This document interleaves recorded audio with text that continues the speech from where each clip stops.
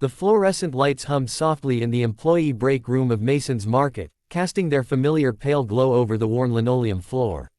Sarah wiped her eyes with the back of her hand, trying to compose herself before her shift ended.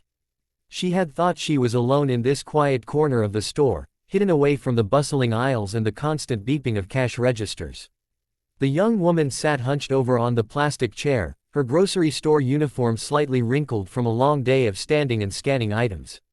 Her blonde hair fell in gentle waves around her face, partially concealing the tears that had been falling steadily for the past 10 minutes. The break room felt like a sanctuary, a place where she could let down her guard for just a moment. Sarah had been working at Mason's Market for only 3 weeks now. The job wasn't glamorous, but it was honest work, and she needed every dollar she could earn. Each day, she stood behind the checkout counter with a smile, greeting customers and making small talk about the weather or weekend plans. Most people were kind enough, though some grew impatient when the lines moved slowly or when she needed to call for a price check. But today had been different. Today had tested every ounce of strength she possessed. The automatic door to the break room opened with a soft whoosh, and Sarah quickly tried to dry her face. She looked up to see a man in a dark suit entering the room. He was tall and well-dressed, with kind eyes that seemed to take in everything at once. She had never seen him before, but she assumed he must be from corporate or perhaps interviewing for a management position. "I'm sorry," Sarah said quickly, starting to stand. "I didn't know anyone else was back here. I can leave if you need the room." The man raised his hand gently, a gesture that somehow conveyed both authority and compassion. "Please, don't get up on my account," he said, his voice warm and measured. "I was just taking a walk through the store. Are you all right?" Sarah hesitated, unsure whether she should confide in this stranger. Something about his presence felt safe, though. There was no judgment in his expression, only genuine concern. She settled back into her chair, her shoulders sagging with exhaustion. "I'm fine," she said automatically, the response that had become second nature whenever anyone asked. But then she looked into his eyes and found herself unable to maintain the pretense. "Actually, no, I'm not fine at all." The man moved slowly, deliberately, pulling out the chair across from her and sitting down. He didn't rush her or press for details. He simply waited, creating a space for her to speak if she chose to. "Today is my daughter's birthday," Sarah began, her voice barely above a whisper. "She's turning 7, and all she wanted was a small birthday party with her friends from school. Nothing fancy, just cake and some decorations and maybe a few balloons." She paused, swallowing hard against the lump in her throat. The man across from her remained perfectly still, listening with his entire being.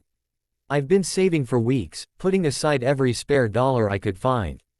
I thought I had enough, but then my car broke down last week, and the repair bill took everything I had saved. Everything." Her voice cracked on the last word, and fresh tears began to fall. "I had to tell her this morning that we couldn't have the party. That maybe we could do something small next weekend when I get paid again." But I could see it in her eyes, the disappointment. She tried to be brave about it, told me it was okay, that she understood. But she's 7 years old. She shouldn't have to understand things like this. Sarah covered her face with her hands, the weight of her circumstances pressing down on her like a physical force.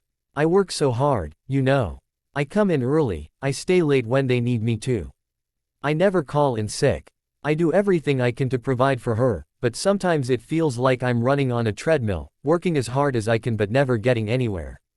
The break room fell silent except for the gentle hum of the vending machine in the corner. The man across from her sat quietly, absorbing every word she had spoken. When she finally looked up, she expected to see pity or discomfort in his expression. Instead, she found something else entirely.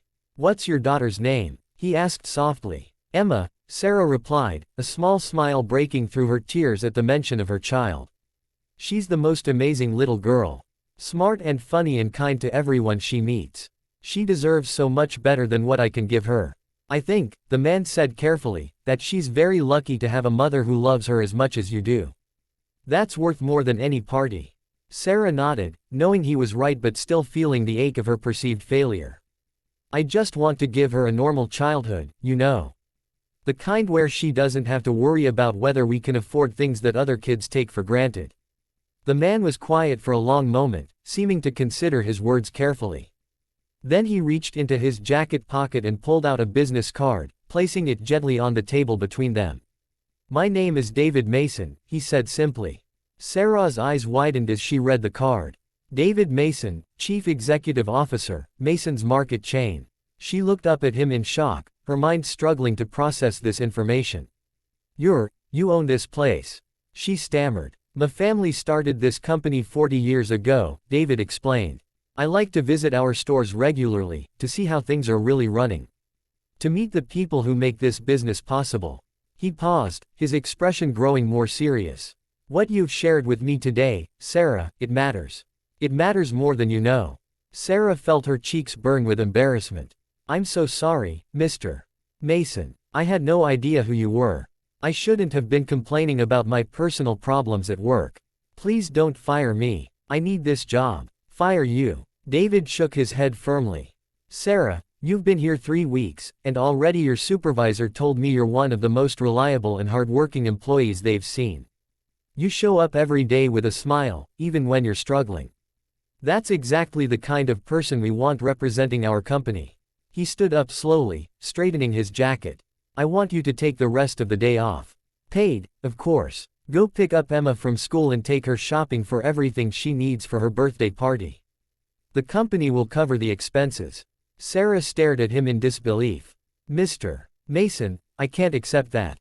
It's too much." "It's not charity," he said gently.